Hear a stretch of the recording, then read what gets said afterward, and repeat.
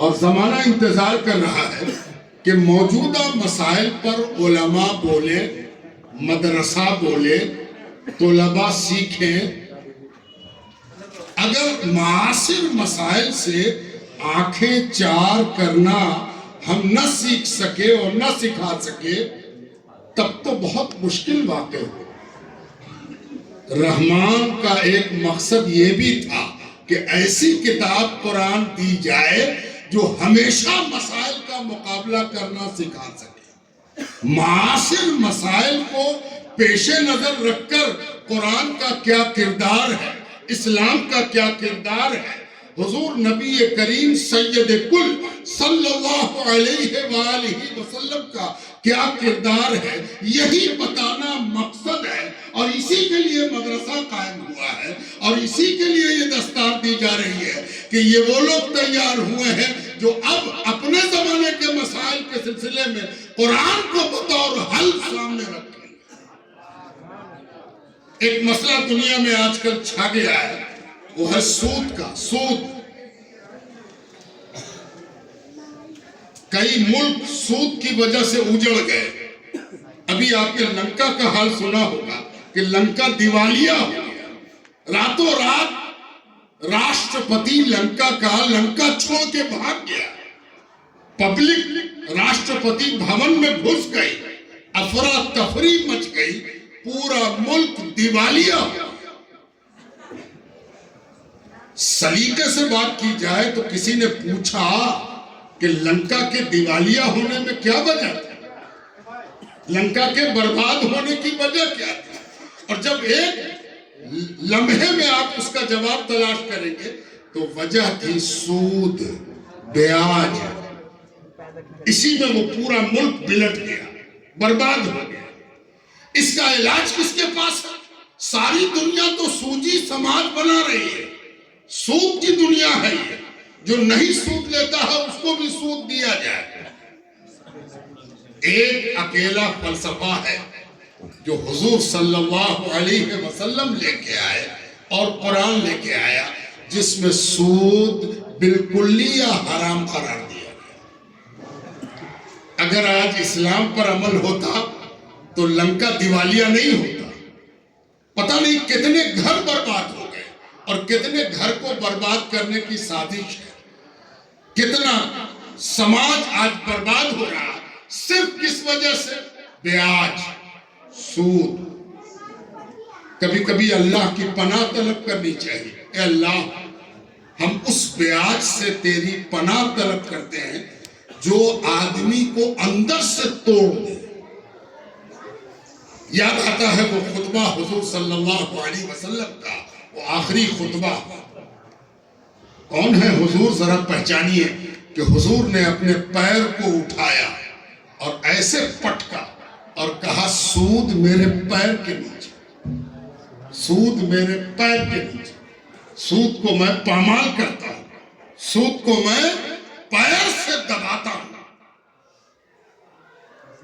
اذان کی بات ہو رہی تھی، اس اذان کو تب تک بند کرنے کی کوشش ہوگی جب تک اس کو مسلمانوں کا کوئی عمل مانا جائے گا۔ ارے اذان تو چلا کے یہ بتاتی ہے کہ سود جو تمہارا جان لینے والا معاملہ ہے اس کو اسلام حرام کرتا ہے۔ اذان کی آواز سنو اور اس اچھے نظام کے بارے میں جان جاؤ جو تم کو سود سے، شراب سے، ظلم سے، ناانصافی سے، گمراہی سے، جہالت سے بچاتا ہے، اس کی طرف پکارتی ہے اذان۔ اللہ اکبر، اللہ اکبر۔ آؤ برابری کی طرف، آؤ سب کے انصاف کی طرف، آؤ کالے اور گورے کے برابر ہونے کی طرف، آؤ امیروں کے غریبوں میں حق کو، کہ امیروں کے مال میں غریبوں کا حق ہے۔ اذان پکارنے والا دراصل یہ جگا رہا ہے کہ اٹھ جاؤ، امیروں غریب کا حق نکال دو، اور غریب اٹھو، اللہ کا نام لے لیا گیا ہے۔ تمہاری غربت کا علاج اللہ نے امیروں کے پاس رکھا ہے کہ وہ اپنے مال سے تمہارا حق نکال دیں۔ اذان پکار کے کہتی ہے عورتیں استعمال کی چیز نہیں ہے، عورتوں کی قدر کرو۔ اذان دینے والا جب اذان دیتا ہے تو وہ سوسائٹی کو، سماج کو، دنیا کو یہ بتانا چاہتا ہے کہ عورتیں وہ چیز ہیں جن کے بارے میں یہ کہا گیا ہے کہ اللہ سے ڈرو۔ عورت کہا جا اور اللہ سے ڈرو۔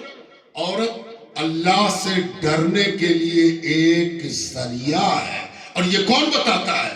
اذان بتاتی ہے۔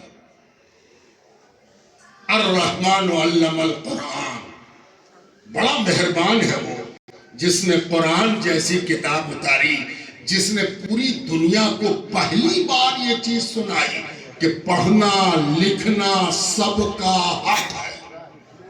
پڑھنا لکھنا سب کا حق ہے، میرا صرف نہیں، ان کا صرف نہیں، یہ جو دستار باندھے ہوئے انہی کا نہیں، ایک خاندان کا نہیں، ایک جگہ کا نہیں، ایک ملک کا نہیں، ایک رنگ کا نہیں، سب کا بنیادی حق، فنڈامنٹل رائٹ ہے ایجوکیشن حاصل کرنا۔ کوئی روکے، کوئی ٹوکے، کوئی نظام گڑبڑ بنائے، اسلام اس کی گردن پکڑتا ہے اور کہتا ہے کہ شکشا پراپت کرنا سب کا جنم سدھ ادھیکار ہے، اور اس کا اعلان ہے اللہ اکبر۔ اور اس قانون کو جس کتاب میں لکھا گیا ہے اس کتاب کا نام ہے قرآن، اور جس نے نازل کیا ہے اس کا نام ہے الرحمن۔ سبحان اللہ، سبحان اللہ۔ اس زمانے کے جو مسائل ہیں وہ آپ کے سامنے جب تک موجود نہیں ہوں گے آپ آؤٹ ڈیٹڈ ہو جائیں گے۔ اب جاڑے کا موسم اور آپ گرمی کے ململ میں اپنے آپ کو پیش کیجئے تو لوگ کیا کہیں گے؟ کہاں ہو تو کس طرف جا رہے ہو؟ اس لیے بہت ضروری ہے کہ مسائل معاصرہ ان پر گفتگو کی جائے، ان پر بات کی جائے کہ ہمیں کیوں دبایا جا رہا ہے۔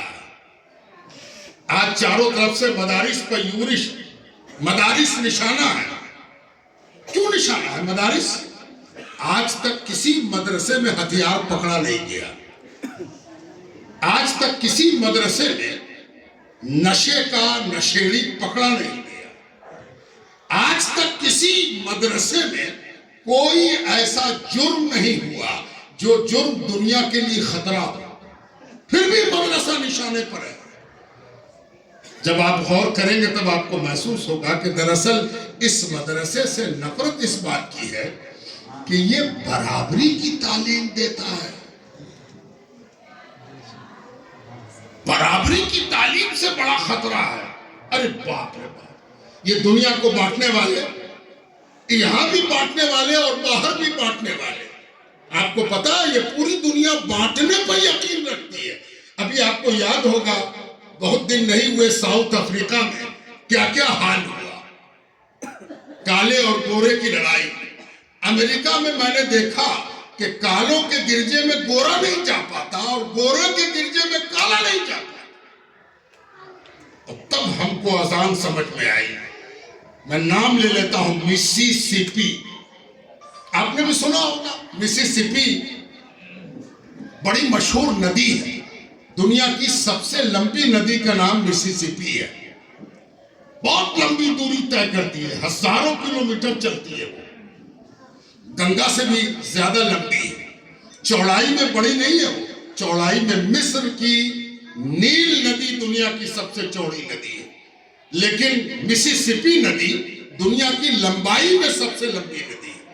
مسیسپی کا ایک واقعہ آپ کو سناتے ہیں، آپ کو اندازہ ہوگا کہ الرحمن اور اذان اور ہمارا نبی اور ہمارا دین اور ہمارا مدرسہ یہ دنیا کے لیے کیوں ضروری ہے۔ جانتے ہیں مسیسپی میں کالے اور گورے کے گرجے کا یہ نتیجہ دیکھ کر، ایک گرجے میں مجھے تقریر بھی کرنی تھی، تقریر بھی کی میں نے، پھر جمعے کا دن تھا، جمعے کی نماز پڑھنے کے لیے ایک مسجد کی تلاش تھی، نیٹ پر تلاش کیا گیا۔ اس زمانے میں نیٹ اتنا عام نہیں تھا، یہ 2005 کی بات ہے، لیکن چند لوگوں کے پاس نیٹ موجود تھا۔ تلاش کیا گیا، ایک مسجد کا پتہ چلا، اس مسجد میں ہم لوگ گئے۔ امامت کا وقت جمعے کے قریب آ رہا تھا اور ہر شخص کو پریشانی تھی کہ امامت کون کرے گا۔ ایک شخص آیا بالکل عام لباس میں، انگریزی لباس کہہ سکتے ہیں آپ، لباس کوئی بھی اسلام میں منع نہیں ہے، شرط اتنی ہے کہ طہارت اور عبادت اس لباس سے نقصان پذیر نہ ہوتے ہوں۔ اگر طہارت کو نقصان ہے اور عبادت میں حارج ہے، یعنی اتنا سا لپیٹ لیا جس سے عبادت صحیح نہ ہو، ایسا لپیٹا کہ غلاظت سٹ جائے، یہ دونوں چیزوں سے اگر لباس پاک ہے تو اس لباس کو اسلام اپنانے کی اجازت دیتا ہے۔ طہارت اور عبادت، سنت اس پر افضل ہے کہ حضور صلی اللہ علیہ وآلہ وسلم کے طریقے کے مطابق لباس اختیار کرے تو افضل ہے، احسن ہے، پسندیدہ سے بھی پسندیدہ ہے۔ لیکن اگر کوئی دوسرا لباس اختیار کرتا ہے، یہ بحث الگ ہے اور یہ کوئی بحث نہیں ہے۔ اس شخص نے ایک اٹیچی لے رکھی تھی، وہ آیا ممبر کے بغل میں، اس نے اٹیچی رکھی، ہم لوگوں نے سمجھا کہ الیکٹریشین ہے، مائک بغیر ٹھیک کرے گا۔ ہندوستانی سیٹ اپ کی مائنڈ سیٹ ہندوستان کا اپنا ایک الگ ہے۔ یہاں کا مولوی اگر مولانا احمد رضا صاحب آج سوٹ میں آ جاتے تو اسٹیج تک پہنچنے ہی کوئی نہیں دیتا، ادھر بیٹھ جائیے نا، ادھر اس طرف بیٹھیے نا، ادھر کہاں جائیے گا۔ لیکن باہر کا سیٹ اپ یہ ہے کہ اگر کوئی سوٹ میں ملبوس ہے، بہت زیادہ سے زیادہ ایک جبہ اوپر سے ڈال لیا تو آپ کے علامہ ہونے کو کوئی خطرہ کہیں سے نہیں ہے۔ ہندوستان کا مائنڈ سیٹ الگ ہے۔ وہ صاحب آئے، انہوں نے اپنی اٹیچی رکھی، سب لوگ سمجھ رہے تھے، ہم لوگ 12 لوگ تھے، اس میں علماء بھی تھے اور ہر مکتبہ فکر کے علماء تھے۔ سب نے سوچا کہ یہ الیکٹریشن آ گیا ہے، اب مائک ٹھیک ہوگا تو امام صاحب آئیں گے۔ اتنے میں اس نے سنتیں پڑھی اور اس کے بعد وہ جناب خطبہ دینے کے لیے ممبر پر چڑھا۔ ابھی تک دھرم تھا کہ ہو سکتا ہے اوپر چڑھ کے مائک ٹھیک کرے، لیکن جب وہ خطبہ دینے لگا تب لوگوں کا ذرا ہوش پھٹا کہ کیا ہو رہا۔ لیکن جب خطبہ سنا تو رو دینے کو جی چاہا۔ اس نے کہا کہ مجھے ایمان لائے 6 مہینے ہوئے ہیں۔ سمجھو چاہتا 6 مہینہ پہلے میں ایمان لایا، میں عیسائی تھا، میں ترس گیا کہ ان گرجوں میں داخل ہو پاتا جو گوروں نے بنایا ہے اور جو گوروں کے انتظام میں ہے، مجھے نہیں داخل ہونے دیا گیا۔ میں ایک بڑے سماج کا نکارا ہوا، دتکارا ہوا، کنارے کیا ہوا، مجھے وقت لگا۔ 6 مہینہ پہلے میں نے اسلام کو قبول کیا اور آج میں ممبر پر کھڑا ہوں۔ دنیا میں کوئی ایسا فلسفہ نہیں کہ جو میرے جیسے لوگوں کو اس طرح گلے لگاتا۔ اس کے بعد اس نے خطبہ دیا، ظاہر ہے کہ اس کی عربی بالکل ایسے تھی جیسے کسی پہلے دن مدرسہ آنے والے کا تلفظ، تجوید اور قرآن۔ اس کے بعد اس نے نماز پڑھائی۔ نماز میں چھوٹی چھوٹی 2 سورتیں، پہلی رکعت میں فلق اور دوسری رکعت میں ناس۔ میں آپ سے کیا کہوں، بڑے بڑے قاری کے پیچھے حرم میں نے نماز پڑھی ہے۔ اس دن اس ٹوٹی پھوٹی زبان میں جو قرات میں نے سنی، مجھ پر رقت تاری۔ میں نے کہا اسلام کا آج وہ رخ دیکھ رہا ہوں جو رخ اس سے پہلے کبھی دیکھ نہیں سکا۔ اللہ اکبر۔ اذان اس بات کی طرف اشارہ ہے، جس کو اذان سے دشواری ہے وہ دراصل رنگ بھید کا پریمی ہے۔ وہ چاہتا ہے کہ سماج بٹا رہے، سماج ٹوٹا رہے، سماج الگ الگ رہے، سب ایک نہ ہو جائیں۔ اذان سب کو ایک کر کے دیکھنے کے فلسفہ ہے۔ اور یہ قرآن یہ بتاتا ہے کہ تم جاگ جاؤ، تم صرف اس لیے نہیں آئے تھے کہ تم ہی مسلمان رہو، تم اس لیے آئے تھے کہ اپنے قول، اپنے عمل، اپنے انداز کار، زندگی جینے کا سلیقہ، محلے میں بسنے کا سلیقہ، پڑوسیوں سے تعلقات، میاں بیوی کے معاملات، زمانے کے حالات میں اس طرح تم اپنا عمل کرو کہ دنیا مڑ کے دیکھنے کو مجبور ہو جائے کہ کیا ہے اسلام، کیا ہے قرآن، اور رحمان کس کا نام۔ بزرگوں، دوستوں اور عزیزوں، بہت تفصیلی بات چیت نہیں کرنی، میں بات کو اپنے سمیٹ رہا ہوں۔ ہمیشہ سے نیکی کو خطرہ رہا ہے۔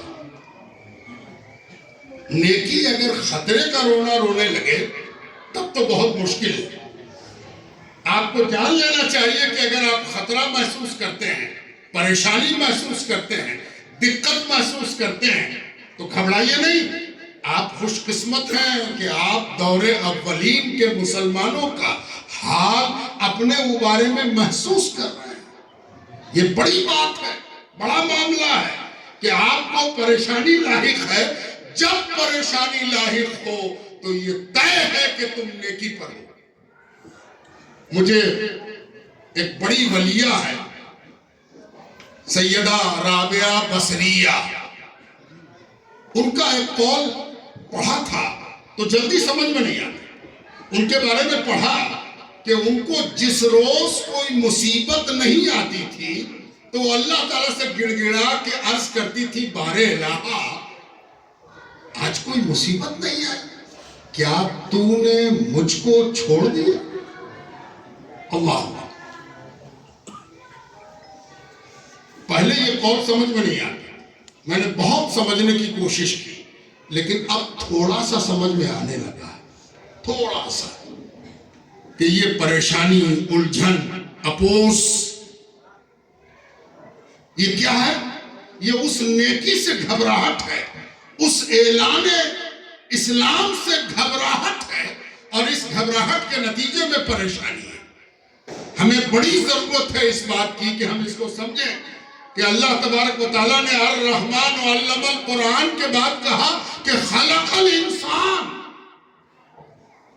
رحمان کی رحمانیت کی دلیل ہے کہ اس نے قرآن اتارا، اور نتیجہ ہے کہ اب قرآن کی روشنی میں انسان تیار ہونے لگا۔ یہ قرآن کی روشنی ہے کہ انسان بننے لگا۔ یہ سیدنا ابو بکر صدیق ہے، یہ سیدنا عمر فاروق ہے، یہ سیدنا عثمان غنی ہے، یہ سیدنا مولا علی ہے۔ یہ کون ہے؟ ان کو اسلام نے بنایا ہے۔ یہ نمونہ ہے۔ یہ عوام میں رہے تو عوام بننا سکھا دیں، بادشاہ بن جائے، خلیفہ بن جائے تو خلیفہ بننا سکھا دیں۔ یہ اگر اقتدار میں رہے تو اقتدار کرنا سکھا دیں، اقتدار سے باہر رہے تو کیسے محکوم رہتا ہے یہ سکھا دیں۔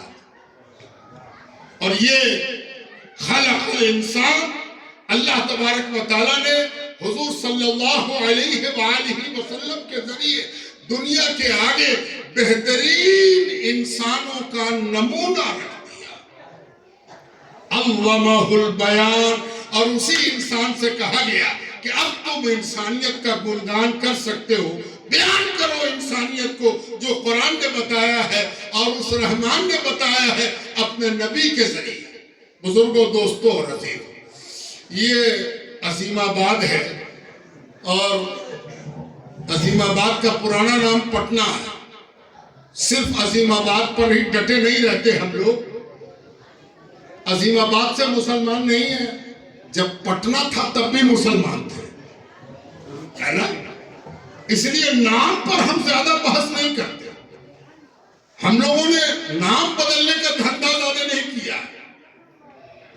بڑی آبادی ہے رامپور میں، نام نہیں بدلا، رامپور رامپور ہی رہا، لیکن وہاں دارالعلوم فرقانیہ بن گیا، رضا لائبریری رامپور بن گئی، جامع مسجد رامپور دیکھیے گا تو طبیعت خوش ہو جائے گا۔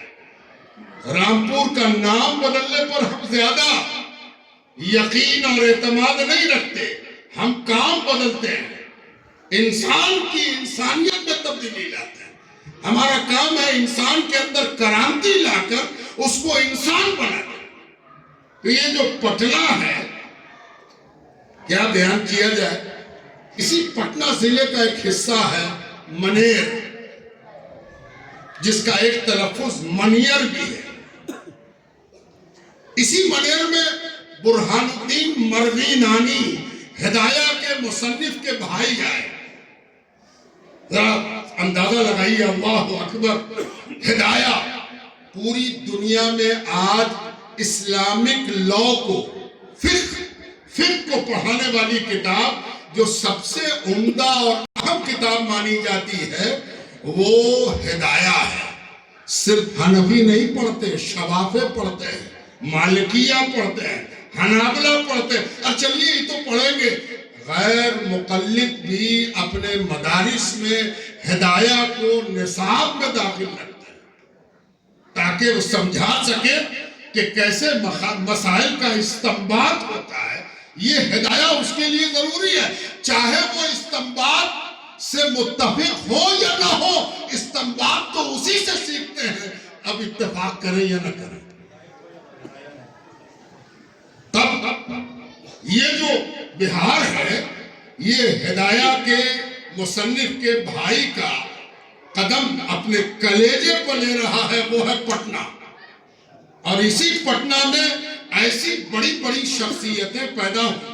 شرف الدین احمد یحییٰ منیری ہیں، منیر میں پٹنہ. منیر میں پیدا ہوئے تو پٹنہ میں پیدا ہوئے.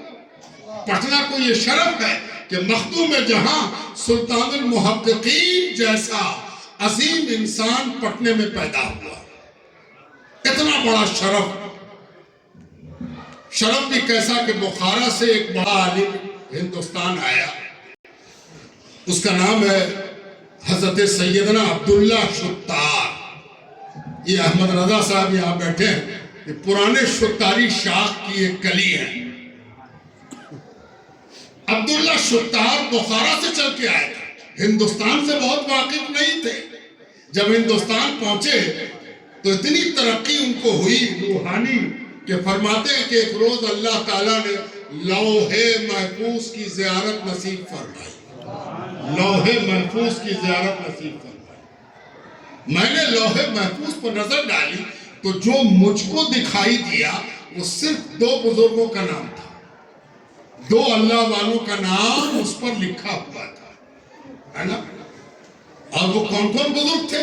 ایک تو بایزید بستامی تھے رحمت اللہ تعالی علیہ، اور ان کا نام اللہ کے حکم سے سلطان العارفین لکھا ہوا تھا. اب پٹنے کی باری ہے، ذرا سوچ سمجھ کے سنیے. دوسرا نام اس میں مخدوم جہاں شرف الدین یحییٰ منیری کا تھا، یعنی لوح محفوظ پر بھی پٹنہ ہے نا. فرماتے ہیں کہ مخدوم صاحب کا نام دیکھا تو اس کے ساتھ سلطان المحققین لکھا ہوا. یہ ہے پٹنہ.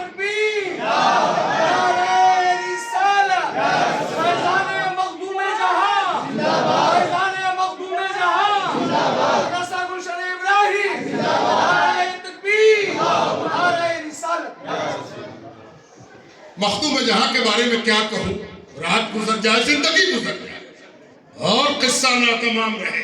میں صرف ایک جملہ آپ کو سناتا ہوں کہ ایک بڑا آدمی اسی بر صغیر کا وہ مخدوم صاحب کے بارے میں کہتا ہے، یعنی پٹنہ کے بارے میں کہتا ہے. پٹنہ جن کی جائے پیدائش ہے ان کے بارے میں کیا کہتا ہے وہ اللہ والا؟ کہتا ہے ان کی کتاب میں، ان کے مکتوبات میں، ان کے کلمات میں، ان کے ملفوظات میں میرے 100 سالہ کفر کو میری ہتھیلی پر رکھ دیا ہے. اللہ، 100 سالہ کفر کو میری ہتھیلی پر لا کر رکھ دیا. اللہ اکبر. وہ کیسی ایمان افزا، ایمان کی ہدایت کرنے والی، ایمان کا جمال دکھلانے والی کتاب ہوگی جو اندر مخفی چھپے ہوئے کفر کو بھی خود صاحب دعویٰ کی ہتھیلی پر رکھتے. اتنی بڑی شخصیت پٹنہ میں پیدا ہو. اور کس کا ذکر کریں، آسان نہیں ہے. پٹنہ کے بارے میں الگ ایک موقع چاہیے کہ جب پٹنے پر بات اسی پٹنہ میں پیر دمڑیا، شاہ ارزاں جیسی بڑی شخصیات پیدا ہوئی، یا باہر سے چل کے آئیں، دونوں طرح کی باتیں ہیں۔ کچھ تو باہر سے چل کے آئے، باہر سے چل کے آنے سے زیادہ گھبرانے کی ضرورت نہیں ہے۔ اگر کوئی کہے کہ باہر سے چل کے آئے تو آپ ضرور پوچھئے گا کہ کیوں؟ باہر سے چل کے آنے والوں سے کچھ پریشانی ہے کیا؟ بولے کہ نہیں، وہ تو باہر ہی ہے نا۔ تو ذرا پوچھا جائے کہ گوتم بدھ کہاں پیدا ہوئے تھے؟ بدھا کی پیدائش کہاں ہوئی تھی؟ نیپال میں، کپل وستو۔ تو نیپال میں پیدا ہونے والا آج بھارت کا سب سے نمایاں نام ہے، تو سیستان میں پیدا ہونے والا غریب نواز کیوں پسند نہیں ہے نا؟ اس سیستان میں پیدا ضرور ہوئے تھے، لیکن پیدائش کا مقصد ہندوستان تھا۔ غریب نواز ہندوستان میں آ کے غریب نواز ہوئے، غریب نواز ہندوستان کے لیے اور ہندوستان کے لیے غریب نواز۔ تو بزرگوں، دوستوں اور رفیقوں، اس پٹنہ میں اتنی بڑی بڑی شخصیتیں پیدا ہوئی ہیں۔ یہی پٹنہ ہے جس نے اعلیٰ حضرت مولانا امام شاہ احمد رضا خاں صاحب فاضل بریلوی کو خط لکھا تھا۔ حضرت یہاں جلسے میں نہیں آئے تھے، مدعو نہیں کیا گیا تھا کہ حضرت آئیے گا تقریر کیجیے گا، خط لکھا گیا تھا۔ یہاں سے علماء و مشائخ، صوفیہ نے، خانقاہوں نے خط لکھا تھا۔ کیا لکھا تھا خط میں؟ حضرت، زمانے کی فضا بڑی مسموم ہے، چاروں طرف زہر پھیل رہا ہے، بدعقیدگی لگاتار بڑھ رہی ہے، ہم لوگ اس سلسلے میں بہت تشویش میں مبتلا ہیں، اور ہم لوگ اس سلسلے میں کئی کارروائیاں کر رہے ہیں۔ معلوم ہوا کہ جس درد میں ہم مبتلا ہیں وہی درد جناب کا بھی خاص درد بن گیا ہے۔ اس لیے ہم چاہتے ہیں کہ یا تو آپ تشریف لائیں یا ہمیں موقع دیں کہ ہم آئیں اور مل کر درد کو بانٹیں کہ بدعقیدگی سے مقابلہ کیسے کیا جا سکے۔ یہ ہے پٹنہ۔ اور فاضل بریلوی نے یہ دعوت قبول کی اور کہا کہ اگر آپ کو بلاؤں تو سب تو نہ آ سکیں گے، لیکن اگر میں آ جاؤں تو سب سے ملاقات ہو جائے۔ تشریف لائے، اور اس پٹنہ نے پہلی بار، جس نے فاضل بریلوی کے لیے اپنے سارے خزانے لٹا دیے، زمین، جائیداد، دولت، پریس، چھاپا خانہ، جس نے مہیا کیا اس کا نام پٹنہ ہے۔ میں اکثر کہتا ہوں کہ ہدایت بخشش پر جتنا بھی ناز کیا جائے کم ہے، لیکن یاد رہے ہدایت بخشش پہلے پٹنہ کی گلیوں میں پڑھ لی جاتی تھی، تب کسی اور گلی تک پہنچتی تھی۔ جب تحفہ حنفیہ یہاں چھپا، تحفہ حنفیہ نام کا ایک پرچہ نکلا پٹنہ سے۔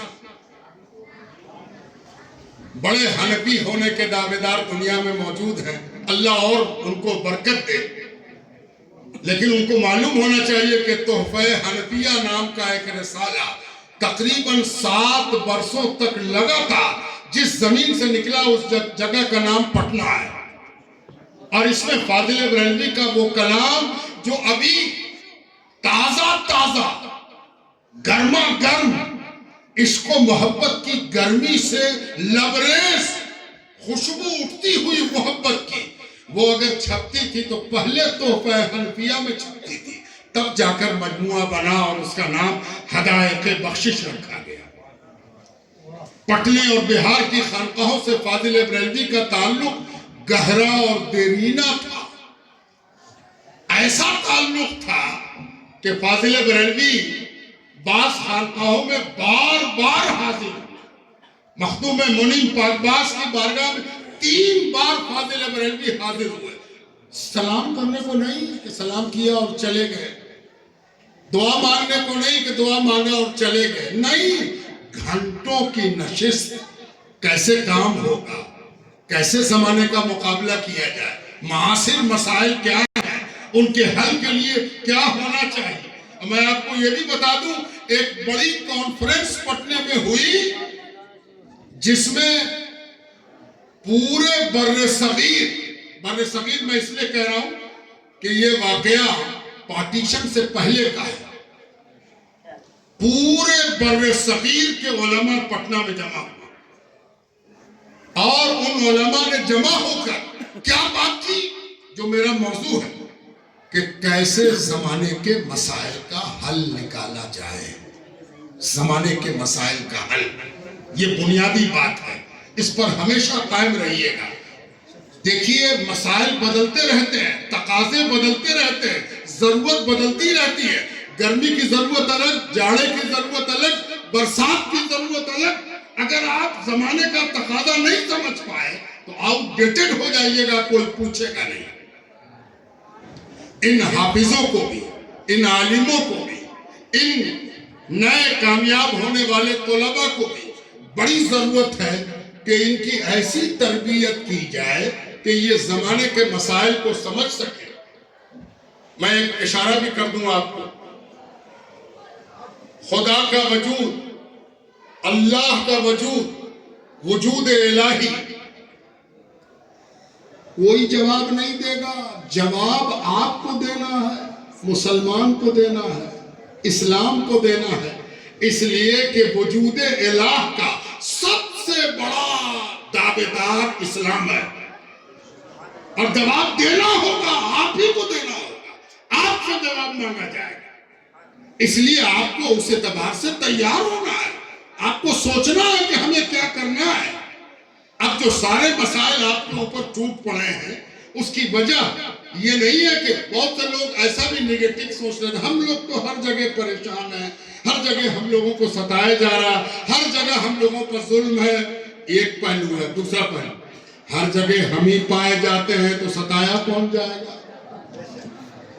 ہم ہی تو ہیں پوری دنیا، یورپ میں ہم، ایشیا میں ہم، افریقہ میں ہم، امریکہ میں ہم، ہندوستان میں ہم، پٹنہ میں ہم، نالندہ میں ہم، گووند پور میں ہم تو ہیں، تو ستایا کس کو جائے، ہے نا؟ پہلی بات۔ اب دوسری بات کہ سارے زمانے کا فلسفہ انسان کو بھوگنے آیا ہے، انسان کو کنزیوم کرنے آیا ہے۔ ان کو انسان چاہیے جس کے کندھے پہ بیٹھ سکے، جس کا خون پی سکے، جس کی مزدوری کھا سکے، جس سے اپنی اپاسنا کرا سکے، جس سے اپنی تعظیم کرا سکے، جس سے اپنی عبادت کرا سکے۔ یہ تو قرآن ہے اور رسول صلی اللہ علیہ وآلہ وسلم ہے جو کہتے ہیں کہ تم سب اللہ کی عبادت کے لیے پیدا کیے گئے ہو۔ تو پریشانی کا سبب تو یہ ہے، جس کو کوئی پریشانی کا سبب سمجھتا ہے وہ اسے ہم اپنی حقانیت کی خوشبو سمجھتے ہیں۔ تو اب تیار ہو جائیے، آپ کو بڑی محنت کرنی ہے کئی لحاظ سے۔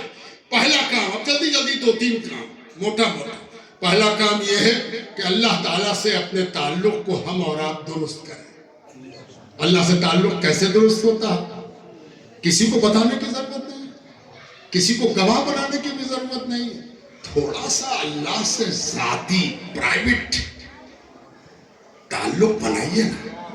اللہ تعالیٰ سے ایک تعلق آپ کا ہو، ہے وہ تھوڑا سا اس کو زندہ کرنا ہے، تازہ کرنا ہے۔ اور وہ تعلق کیسے بنے ہوگا؟ کیا کریں ہم؟ حضور صلی اللہ علیہ وآلہ وسلم کو اپنا آئیڈیل بنا لیجئے۔ کھانے پینے اٹھنے بیٹھنے میں ذرا رسول کی طرف مڑ کر دیکھنے کی کوشش تو کیجئے۔ اپنی پسند پر رسول کی پسند کو فوقیت دے دی، ایک جملے میں اپنی پسند پر اللہ کے رسول کی پسند کو فوقیت دینا۔ مثلا مثال دیتے ہیں، ہاتھ بڑھایا ہم نے کٹورے میں، بوٹی کی تلاش تھی، کدو مل گیا۔ ہاتھ بڑھایا ہم نے کٹورے میں، کدو مل گیا، کدو۔ طبیعت بھن بھن آ گیا، کدو آپ کچھ نہ تھا، کدو ڈال دیا اس میں۔ ابھی آپ زندہ ہیں، مسلمان زندہ نہیں ہے۔ مسلمان زندہ کب ہوگا؟ کہ جب کٹورے کے شوربے سے آپ کو کدو جھانک جائے اور آپ لپک کے اس کو نکالیے اور کوئی پوچھے کہ کدو کھا رہے ہو، کہیے کہ اللہ کے رسول کو یہی پسند تھا۔ اللہ کے رسول کو یہی پسند تھا. اس کے مطلب کہ اللہ سے آپ کا رشتہ بطفیل رسول اللہ صلی اللہ علیہ وآلہ وسلم استوار ہونا شروع ہو گیا ہے نا. پلیٹ سے ہی شروع کیا جائے, سب کچھ تو پلیٹ ہی سے شروع ہوتا ہے نا. رکابی سے شروع کیا جائے, جان جائے خرابی سے, ہاتھ نہ چھوٹے رکابی سے. یہ بات پوزیٹو تب ہوگی جب رکابی سنت رسول کے مطابق ہو, تو جائے جان خرابی سے سنت والی رکابی نہیں چھوٹ سکتی. ہم حرام تو نہیں کھا سکتے ہے نا بزرگوں, دوستوں اور عزیزوں. یہ دوسری بات ہوئی. اب تیسری بات, جلدی جلدی, بہت بڑی بڑی باتوں کو میں سمیٹ کے کوشش کر رہا ہوں کہ آپ کے سامنے اپنے گرتے ہوئے پسینے کے قطرے کے ساتھ ساتھ گفتگو کا بھی قطرہ بناتا جاؤں, ذرہ بناتا جاؤں ہے نا. تیسری بات, ذرا اماں ابا کو خوش کر لیں. بڑے بڑے دعوے کرنے والے اگر ان کے اماں اور ابا خوش نہیں ہیں تو پھر کاہے کا رحمان اور کاہے کا علم القرآن ہے نا. رحمانیت تو آپ کو دکھانی ہے کہ دیکھیے رب ارحمہما کما ربیانی صغیرا. اگر مہربان اللہ کو آپ سے کچھ تقرب درکار ہے, اللہ تعالیٰ سے قرب چاہیے, آپ کو نزدیکی چاہیے, تو ایک کام کیجئے, اپنے ماں باپ کے ساتھ تعلق کو درست کر لیجئے. آپ کیا سمجھتے ہیں کہ کون سی بات آپ بتا؟ جی نہیں, کبھی کبھی پوری دنیا کا وہ حصہ ضائع ہو گیا جہاں کسی ماں یا باپ کی آہ پہنچ گئی. اس لیے ماں باپ سے تعلق درست کیجئے. اب چوتھی بات, ذرا بیوی اور شوہر کا تعلق بھی ٹھیک ہو جائے. یہ اگر ٹھیک ہو جاتا تو یہ 3 طلاق کا قانون ہی نہ بنتا. یہ جو 3 طلاق کا قانون بنا ہے نا, یہ ہم لوگوں پر اللہ کا کوڑا ہے نا. یہ 3 طلاق والا چکر ختم کیجئے. کس محنت سے آپ ان کو لے جاتے ہیں نکاح پڑھانے. کبھی طلاق کے موقع پر بھی ان کو یاد کیا کیجئے کہ حضور کرایا آپ تھا, ہم توڑنے جا رہے ہیں, تو کرانے میں تو اتنی منت سماجت آپ سے کیا تھا کہ نکاح کرا دیجئے, شادی کرا دیجئے, قبول کروا دیجئے. حضور ہم توڑ رہے ہیں, تو اس موقع پر بھی آپ ہی کی ضرورت. اگر کوئی عالم طلاق کے وقت میں موجود ہو تو کبھی غلط طلاق نہیں ہوگی. یہ عالم کو چھوڑنے کا نتیجہ ہے 3 طلاق ہے نا. یہ بعد میں جاتے ہیں عالم کے پاس, غصہ آ گیا تھا ہے نا, پیر کے تلوے سے غصہ نکل رہا تھا. وہ تو منہ سے نکل گیا لیکن تلوے سے نکل گیا ہے نا. اور جس وقت ہم طلاق دے رہے تھے اس وقت ہوش ہی میں نہیں تھے. انہی کا کام ہے ہوش میں لانا. ان کے پاس جائیے کہیں کہ ہم بے ہوش ہیں, یہ ہوش میں بھی لا دیں گے اور طلاق کا طریقہ بھی صحیح کر دیں گے. خبردار جو کسی نے 3 طلاق کے طرف ایک نشست میں ہمت کی, نہ شریعت میں جائز, نہ قرآن میں درست, نہ سنت سے ثابت, اپنے آپ کو ایسے طلاق سے بچا کے رکھو. خبردار دستار بندی کے جلسے میں آئے ہو, غیر اسلامی طلاق کی طرف نہ بڑھنا. حکومت اپنا منہ لے کے بیٹھ جائے گی کہ ہم نے قانون بنایا, ان کے یہاں سے تو ختم ہی ہو. کس کو جیل بھیجے اور کس کو کہاں بھیجے ہے نا. اس لیے یہ بات سمجھو میرے بھائی, سمجھو برسوں کی محنت تبلیغ و دعوت کی برباد ہو جاتی ہے اگر ہم نہیں سمجھتے اور یہ حالات پیدا ہوتے ہیں. ایک بات اور, پڑوسیوں پر بھی توجہ کرو. اکثریتی علاقے میں رہنے والے عموماً یہ سب بھول جاتے ہیں. اقلیتی علاقہ جہاں مسلمان ہی مسلمان ہیں, وہاں تو آپس ہی میں ٹھنی ہوئی ہے. سبحان اللہ, اس گھر کے دروازے سے اس گھر کا دروازہ کبھی نظر نہ پڑے ہے نا. یہ سب گڑبڑ بات ہے. پڑوسی کوئی ہو, مسلمان ہو, ہندو ہو, سکھ ہو, عیسائی ہو, آپ کو یہ بتایا گیا ہے کہ پڑوسی کے ساتھ حسن سلوک کرو. ایک جملے میں کہ حضور نے جب پڑوسیوں کے حقوق بیان کیے, مسلمانوں کو بار بار بتایا, تو مسلمان اپنا احساس شیئر کرتے ہیں کہ ہمیں لگا کہ جس انداز سے پڑوسی کا حق بتایا جا رہا, کیا جائیداد میں بھی شریک کر دیا جائے گا. اللہ. تو یہ کیا معاملہ؟ پڑوسیوں کے ساتھ سلوک، اچھا سلوک، اچھے تعلقات، اچھی مہربانی اگر آپ یہ شروع کر دیتے ہیں تو پھر کیا بات ہے نا. اب چلیے نیچے اترتے ہیں. اب پھر ایک مرحلہ اور رہ گیا. دینی تعلیم سے رخ نہیں پھیرو، دینی تعلیم پر توجہ دو.